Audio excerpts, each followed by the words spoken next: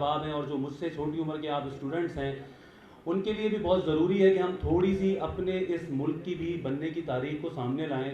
جو چیزیں ہمیں بعض اوقات نہیں پتہ ہوتی وہ سامنے آنی چاہیے کہ یہ جو آپ کے پڑوس میں ایک ملک ہے جسے ہم ہندوستان کہتے ہیں، اور جہاں آج وہاں کے وزیر اعظم نریندر مودی وزیر اعظم بننے کے بعد کشمیر پہ جس طرح سے اپنا قبضہ بڑھا کے اپنے عزائم کو وہ پورا کرنے کی کوششوں میں لگے، یہ سائیکالوجی ہے کیا، یہ نفسیات ہے کیا، کس طرح سے ہمیں یہ سمجھنا ہوگا کہ کیا وجہ تھی کہ آخر قائد اعظم محمد علی جناح اور ان کے رفقا نے بجائے جتنی مخالفت انگریزوں کی ہوئی، وہاں سے ہندوؤں کی ہوئی، خود ہمارے مسلمانوں کے اندر مسلم جماعتوں کی طرف سے بھی ہوئی، اس کے باوجود بھی قائد اعظم اور ان کے ساتھیوں نے ہمارے لیے ایک علیحدہ وطن کیوں حاصل کیا؟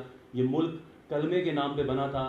قائد اعظم اور ان کے ساتھیوں کا یہی کہنا تھا، یہی مطالبہ تھا، یہی ساری جدوجہد تھی تحریک آزادی کی کہ ہمیں اس خطے کے مسلمانوں کے لیے ایک ایسا زمین کا ٹکڑا چاہیے جہاں پر ہم قرآن کریم کے اصولوں کے مطابق اپنی مملکت بنا سکیں، جہاں پہ علامہ اقبال نے کہا تھا کہ اسلام کو وہ موقع ملے گا کہ اسلام اپنے ماتھے پر سے وہ ٹھپا ہٹا دے گا جو عربی ملوکیت نے اس پہ لگا دیا. ہم اسلام کے اصولوں پر ایک تجربہ گاہ بنائیں گے، اسلامی مملکت ہم بنائیں گے. اور یہ چیز اس وقت سے ہی کشمیر پہ آج جو ظلم ٹوٹا ہے یہ آج کے دن کی داستان نہیں ہے، یہ انہی 70-72 سالوں کی اسی ہندو مہا سبائی جو ذہنیت ہے، جس کے آج یہ جو RSS جس کو ہم ہندوستان کی جو جماعت ہے، جب BJP بھارتیہ جنتا پارٹی ہے جس کے اس وقت رہنما نریندر مودی حکومت میں، یہ وہی آئیڈیالوجی ہے، یہ وہی سائیکالوجی ہے جو اس وقت سے ہندو رہنماؤں کے ذہنوں میں تھی کہ ہم نے اکھنڈ بھارت کو واپس دوبارہ جوڑنا ہے.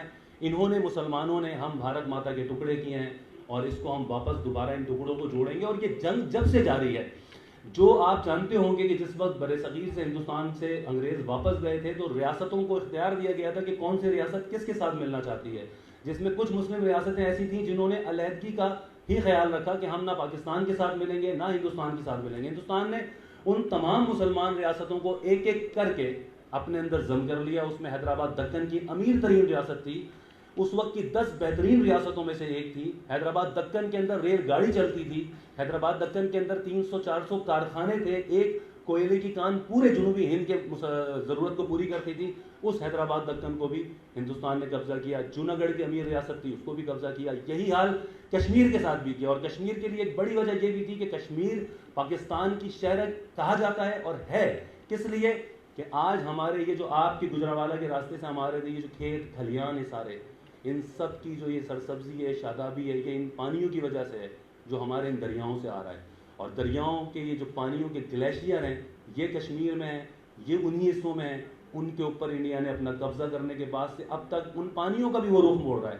ایسا نہیں ہے کہ آج ہم کھڑے نہیں ہوں گے یہ معاملہ مقبوضہ کشمیر کے انیکسیشن پہ ٹل جائے گا. انڈیا کے اس سے آگے بڑھ کر عزائم ہے. ان رہنماؤں کی جو سائیکالوجی ہے وہ افغانستان تک کو اپنا حصہ سمجھتے ہیں. اسی آئیڈیالوجی کو RSS BJP بجرنگ دل راشٹریہ سیوک سنگھ یہ نافذ کرنا چاہ رہے ہیں. وہاں پر 1998 میں جب BJP اقتدار میں آئی تھی اس کے بعد سے BJP ہر ہندوستان کے اندر مسلم تہذیب کو مٹا رہی ہے، مسلم شناختوں کو مٹا رہی ہے، اور اپنے ہاں رہنے والے مسلمانوں اور اقلیتوں کی زندگیوں کو بھی بد سے بدتر بناتی جا رہی ہے. اور اگلا منصوبہ ان کا یہ نہیں ہوگا کہ کشمیر کے بعد وہ رک جائیں گے. وہ ہمارے ملک کے ایک حصے کو جسے ہم مشرقی پاکستان آج کہتے ہیں وہ ہم سے الگ کر چکے ہیں. ہمارے ملک میں دہشت گردی کی ایک پوری لہر ہندوستانی ایجنسی روز چلاتی آ رہی تھی. ہمارے ملکوں میں اب سے 4-5 سال پہلے روزانہ کے بم دھماکے اسی طرح کے نیٹ ورک کرتے تھے. اب ہم اس دہشت گردی کے جنگ سے نکل ہی چکے ہیں. اب ہم ایک اچھے اکانومک سسٹم میں جانے کی وجہ سے چین کے ساتھ ہمارے یہاں سی پیک آ رہا ہے.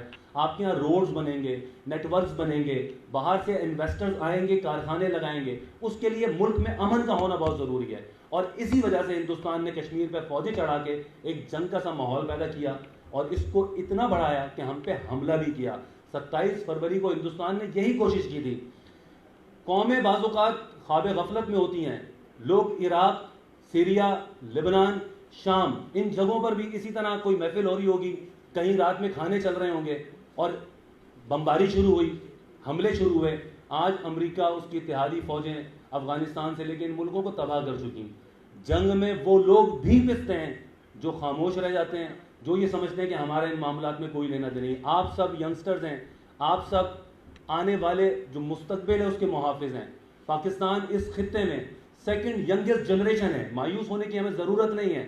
پاکستان ایک ایسا ملک ہے جس کے اندر پوٹینشیل ہی پوٹینشیل ہے, اور یہ کوئی شک کی بات نہیں. اتنی زرخیز زمین ہے, کسی ملک میں اس طرح نہیں ہوتی کہ جہاں بیج پھینکو وہاں پر فصل لگنی شروع ہو جائے. اتنے بڑے بڑے سمندر, پہاڑ, دریا, اتنی بڑی جو ایک ساتھ جو خصوصیات ہیں, جیسے کوئی حسین ترین عورت ہو یا کوئی وجیح مرد ہو کہ جس کے اندر ہم کہیں کہ یار سب چیزیں قدرت نے اس میں دے دی, پاکستان اس طرح سے. اور سب سے بڑھ کر پاکستان کی لوکیشن, پاکستان جس جگہ موجود ہے, ہماری 1600 کلومیٹر کی طویل سمندری لائن ایسی ہے کہ دنیا کی 90% جو شپمنٹ ہے وہ سامنے سے گزرتی ہے. آپ کا گھر مین روڈ پر ہو تو آپ یہاں پہ کارخانے لگاؤ گے, دکانیں بناؤ گے, شاپنگ پلازا بناؤ گے, پیٹرول پمپ بناؤ گے, آپ کی ہر دکان چلے گی. پاکستان کے اتنے بڑے سمندری ساحل ہے کہ ہم پورٹس بنا دیں, دنیا کا ہر دوسرا جہاز یہاں پر آگے لگے, لیکن امن نہیں ہونے دیا جا رہا ہمارے ملک میں. کبھی بلوچستان کے اندر بدامنی, کبھی BKB کے اندر بدامنی, ہمارے اپنے اندر سے بھی لوگ مل جاتے ہیں, ہم سوئے رہتے ہیں. ہم بحیثیت قوم یہ سمجھتے ہیں کہ آپ اسٹوڈنٹ, ہم پڑھ رہے ہیں, بعد میں دیکھیں گے جاب کرنے نکلیں گے, پتہ چلتا ہے ملک کے حالات اکانومی کے اتنے خراب ہو گئے, جابز نہیں مل رہی. کیوں؟ کیونکہ اس وقت آپ جاگ نہیں رہے ہوتے. آج سب کو جاگنا ہوگا. رضی جیسے احباب قابل داد ہیں کہ وہ اپنے گھروں سے نکل رہے ہیں, آپ سب قابل داد ہیں کہ آپ جمع ہوئے. مایوس ہونے کی ضرورت نہیں ہے. آج دنیا میں ہمیں خدا کی طرف سے ٹیکنالوجی نے وہ ایسا ہتھیار دے دیا ہے کہ آج ہم ہندوستان کے اوپر پوری قوت سے وار بھی کر سکتے ہیں, اور ہم کر رہے ہیں. خود ان کے انڈین جنرل یہ مان رہے ہیں کہ پاکستان نے اس ہائیبریڈ وار کے اندر انڈیا کو شکست دے دی ہے. جس طرح سے ہمارے نوجوان سوشل میڈیا کے اوپر ایکٹیویٹی کا مظاہرہ کر رہے ہیں, یہ بڑی قابل داد ہے. ایک سوچ عموماً ہمارے یہاں آتی ہے کہ اس سے ہوگا کیا. دیکھیں, ایک تو طریقہ یہ ہے کہ آپ لڑ جائیں جا کے, لیکن لڑنے سے پہلے انسان بہت سی چیزیں دیکھ کے لڑتا ہے. خدا نے کہا ہے کہ تم ایمان والے ہوگے تو تم 1-2 کے اوپر بھاری ہوگے, اور اگر تم ساز و سامان میں بھی بھاری ہوگے تو تم میں سے 1-10 پر بھاری ہوگا. ٹیکنالوجی طاقت سے خدا نے بھی انکار نہیں کیا, جو آج کے دور میں ہمیں وہ پہلے کرنی ہوگی.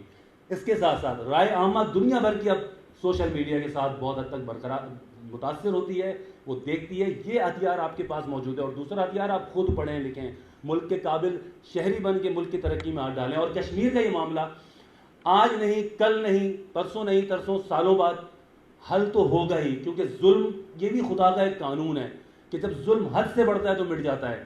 اس دنیا میں 1992, اب سے 20-22-23 سال 25 سال پہلے روس جیسی سلطنت ٹوٹ چکی ہے.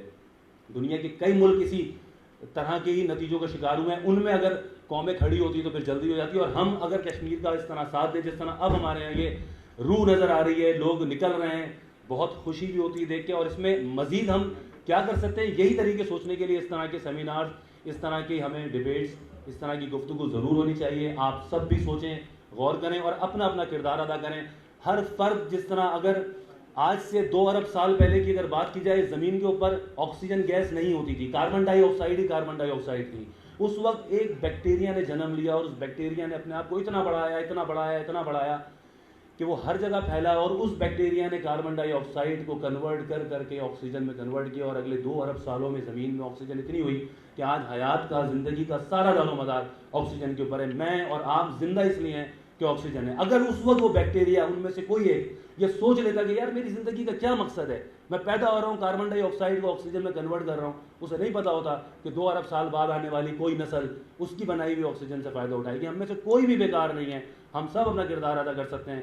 کشمیر کے حوالے سے ہمیں آج یہ عزم کرنا ہوگا کہ آپ بھی گھر جا کے اسے بھولیں گے نہیں, ہم بھی گھر جا کے اس تقریر کرنے کے بعد بیٹھیں گے نہیں, اس چیز کو لے کے چلیں گے. بہت شکریہ آپ سب کا.